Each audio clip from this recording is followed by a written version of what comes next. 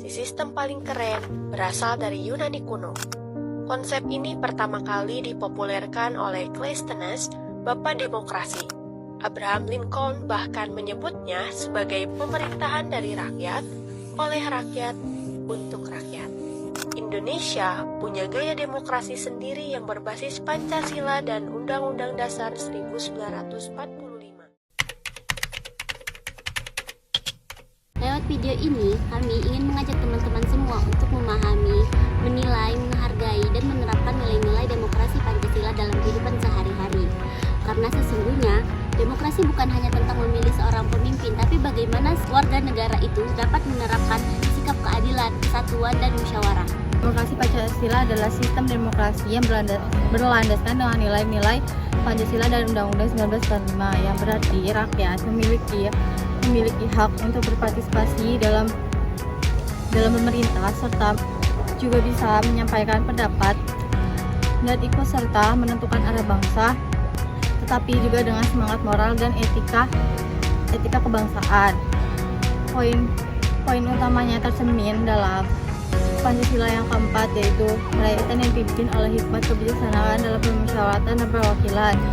Jadi keputusan diambil bukan tentang kekuasaan atau tentang suara yang terbanyak, tetapi tentang musyawarah untuk mencapai mufakat dan menjaga kepentingan bersama. Inilah yang membedakan demokrasi Pancasila dengan demokrasi lainnya. Demokrasi yang berjiwa kekeluargaan dan persaudaraan. Sebagai generasi muda, kita perlu banget menjaga semangat demokrasi Pancasila. Semangat demokrasi Pancasila bisa dimulai dari hal-hal kecil, seperti menghargai perbedaan, berani berpendapat, dan ikut serta dalam kegiatan sosial di sekitar kita. Nilai-nilai demokrasi Pancasila dapat kita lihat dalam kehidupan sehari-hari. Contohnya untuk di lingkungan sekolah ataupun kampus, kita dapat melihat pada saat pemilihan ketua kelas atau pemilihan suatu ketua dalam organisasi yang kita pilih secara adil dan jujur. Untuk di lingkungan masyarakat, kita dapat melihat pada saat seseorang mengikuti rapat gotong royong demi kebaikan lingkungan bersama.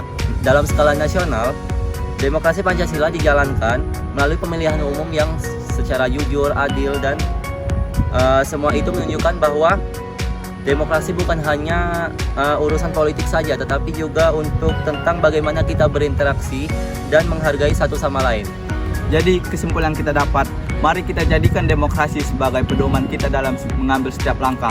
Karena sesungguhnya suara rakyat itu bukan terdengar saat pemilu, tetapi suara hati nurani yang menggerakkan bangsa ini menuju Indonesia yang adil dan bersatu.